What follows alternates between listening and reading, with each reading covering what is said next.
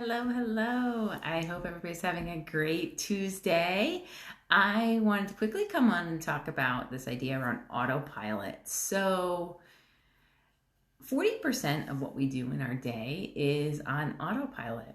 So, you might wake up in the morning and grab your phone, or you might wake up in the morning and go immediately to your coffee maker. Or you might, like I might ask you, oh, how was that trip to work today or on your way home today? How did your ride go? And you might not even remember it. Have you ever had those moments where you're just like driving and you get home and you're like, huh, I don't remember the drive? That's because you're on autopilot. It's like those habits that you have in your day that you don't even need to think about anymore. They just happen. The hard thing with this, it's great if it's like autopilot and you're just like, you wake up and the first thing you do is go into the bathroom to brush your teeth. Or the first thing you do is go and grab some water to drink. Or like if you have a really good habit that is benefiting you. The hard thing is sometimes we're on autopilot on those things that are not benefiting you. Or even if you're on autopilot 40% of the day, or actually it's more than 40%. It's like, I think it's like around 46, 47. So almost 50% of your day, you're not present in the moment because you're on autopilot. You might be just grab the phone or go and sit in front of the TV or grab that snack at that time of night because it's what your body knows is to go into the kitchen and go to the refrigerator at that time. So because we're on autopilot, almost 50% of the day, we're not present and mindful and intentional in what we do. But there are some tricks to get out of autopilot. There's some tricks to kind of mess with your routine so that way you're more intentional and you're more aware of the things that you're doing. And this not only is good just because it can help you change habits, but it's also good because it's keeping your brain fresh. Right? So if you are on autopilot and you're not even thinking about what you're doing in the day, your brain doesn't have to work, which is great when it gets that break. When you're just like, okay, I need to give my brain a break. It's been a tiring day. I'm exhausted. I need that break. But it's also great when you're working your brain and challenging yourself. And so I want to come on today and just give a few tips on how to think about making sure you're reaching those goals by putting yourself in a place that sets you up for success. So I've shared the example of when I was going through some of my hardest times, I had such a lack of energy that I would stop regularly at the convenience store. And the one way to stop that from happening was to think about, okay, when I take this route to work, I always am stopping at this convenience store. And it actually became such a habit that my car would just automatically, I would just turn into that convenience store when I would go buy it. So what I did was I changed the direction and the route that I was driving home from work.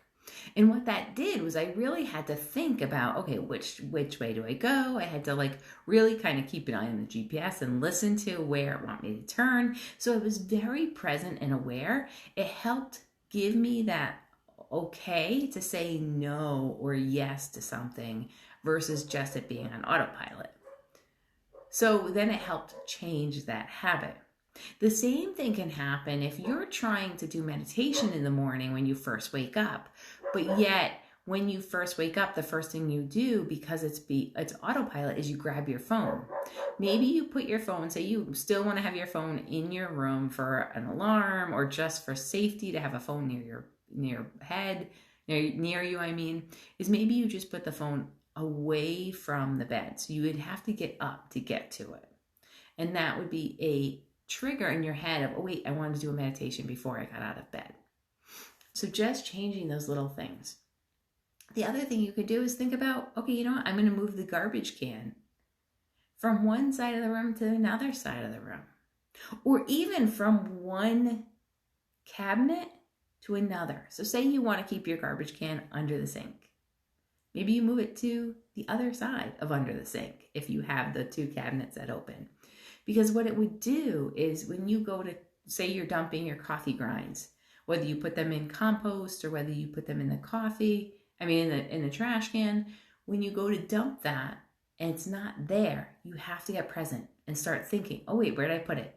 And that right there would put you in the present moment and gets you more aligned to think about, what do I want to do after I finish my coffee? What is that habit that I've linked with my coffee that will help me? Okay, maybe while the coffee is brewing and that kind of stuff, I want to do a little dance party and have some fun.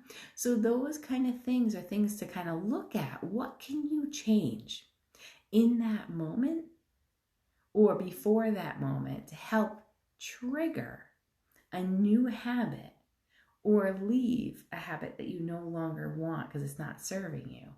And it can be a small thing. It could be, again, just moving a trash can or moving your phone away from your bed. Or the other day, my dogs have been getting in the habit where they don't really want to go out at the last time of the night. And so they've been more reluctant, but I know that they love going out another door that still goes outside. And so what I did was I no longer was opening that front door, because what they were doing is they weren't going, and then they were waking me up in the middle of the night because they had to go to the bathroom. And so I was like, no, we're going to go at the end of the night, but I need to switch it up for them because they've gotten into the habit to just not go out that door or go out and come back in. So now we go downstairs out the back door from the basement, which they love to do, and they are used to bolting out that door, playing a little bit and using the bathroom then. So and then it also helps give me a little breather before I go to bed too, to be outside a little bit. So just that small change changed my whole sleeping pattern because the dogs are sleeping through the night better now. And so those kind of things that you can just tweak, something super small to make it so it's a totally different routine and it makes you be more present. So thinking about that, think about what are some things that you can change. What is a habit or a goal you really want to reach? Maybe you wanted to work out regularly and you're having a hard time working that in. And you don't want to be at the gym and you want to be more at home and you want to do a workout at home. Maybe it's making sure that workout is queued up the night before. Or maybe it's making sure you have your workout clothes set out the night before. So it becomes part of your routine of the clothes go out the night before. It helps get your brain ready and processing that when you wake up, that's what you're going to do. So really thinking about those little things you can do to change the autopilot. Because once you can get out of autopilot, you are present. And the same thing can happen when you're driving. You can get into a more present state of really paying attention, or maybe taking a different route that you've never taken before, or really paying attention to, oh, the lights are changing. Oh, what colors do you see? Those kind of things can help you become more present in the moment. So not only is it mindfulness, it's helping your brain really stay sharp, but it's also going to help you be more intentional about what you're doing. The other thing that I did recently is I switched up the way I went around the grocery store. Because what I found, I always start at the produce aisle, right? And I do my produce first, and then I do the outskirts of the grocery store, knowing there's a couple aisles I like to go down for the really good salad dressing I get and for a couple other things. And I found what was happening was when I would get to kind of around where the chip aisle is and then down towards the frozen food, I was starting to think about what kind of snack might I want to get for later. And it was becoming a routine where I was just like, okay, well, do I get this from the frozen aisle? Do I get this from the chip aisle and it's gluten-free, or what do I get? So I decided to now switch up and end in the produce aisle.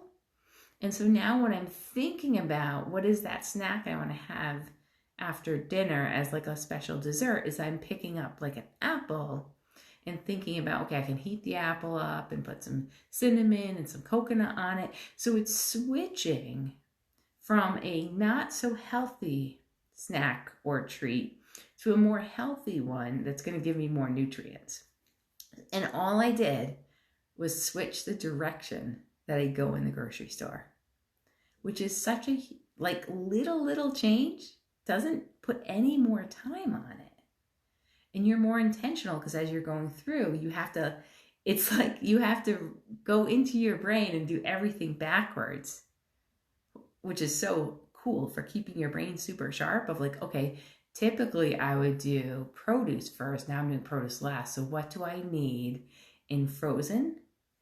And then all the way back to produce and thinking that through. And just that alone is going to be changing different connections in your brain. And you're going to have to process through those and be intentional and really be present. So those little things are so little, but they're so possible. And they don't take any extra time. The one thing is, like, if you're super tired, just be careful you don't like tip those coffee grinds onto the floor. But if you do, that changes it too. And you might have to clean those up and kind of figure that out. But just making those little changes is going to make a big difference for you of trying to figure out how to be intentional, how to reach those goals, and how to be present in the moment. So just wanted to share that, a whole idea of autopilot. There's a lot of like research that's been done looking at it and looking at what that does. Some of it's really great because it can be mindless things that you don't really need to think about. But when those mindless things start to negatively impact your wellness, that's when you want to make sure you're looking at that a little bit more carefully. So again, if you want support around this, feel free to reach out. Send me a DM if there's something you're working on and you want just a quick little tip of like, what could I change? And I can talk you through that through a DM if that's something you're interested in. Also want to let you know tomorrow a new podcast episode drops for Saved by Mother Earth. So keep an eye out for that. And I look forward to hearing what you think about it. And I hope you have a great rest of your day. Take care.